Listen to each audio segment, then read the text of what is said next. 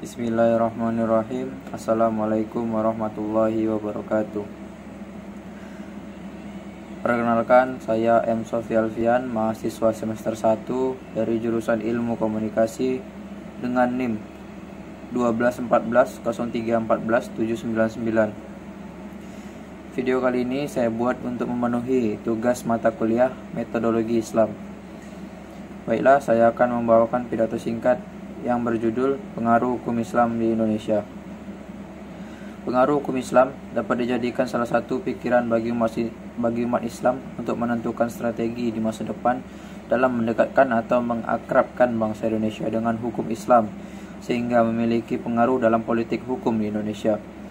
Setidak-tidaknya pengaruh itu menunjukkan bahwa proses Islamisasi bukan hal yang dapat selesai seketika, tetapi merupakan sebuah proses untuk memperkuat kedudukan hukum Islam dalam politik hukum di Indonesia yang terpolarisasi dalam pembentukan sistem hukum yang berlaku. Kebijakan dalam politik hukum tidak saja pada tataran proses hukum yang akan dan sedang diberlakukan, melainkan juga mencakup hukum yang telah berlaku.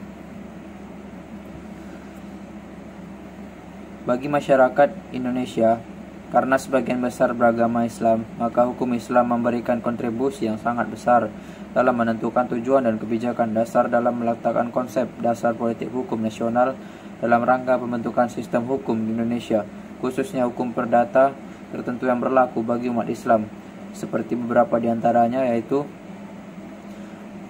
perkawinan, kewarisan, wasiat, dan hibah yang dilakukan berdasarkan Islam. Dan ada juga wakaf, sedekah, dan lainnya. Secara khusus dapat digambarkan bahwa pengaruh hukum Islam dalam proses politik hukum Indonesia cukup panjang, yang melalui beberapa tahapan, yakni dari masa penjajahan Belanda, terus ke masa pendudukan Jepang, sampai ke masa kemerdekaan, sampai juga ke masa Orde Lama dan Orde Baru, sampai akhirnya ke era reformasi. Sistem hukum Indonesia memegang peran yang sangat penting sehingga mendapat perhatian yang besar sebagai salah satu pokok bahasan dalam Konferensi Kementerian Kehakiman di Salatiga pada tahun 1950. Dikemukakan oleh Hazairin, masalah hubungan hukum Islam dengan hukum adat adalah bahwa dalam hal memberlakukan hukum Islam tidak lagi disandarkan pada hukum adat, tetapi langsung berlaku atas dasar peraturan undang-undang sebagaimana halnya memberlakukan hukum adat di Indonesia atas dasar perundang-undangan.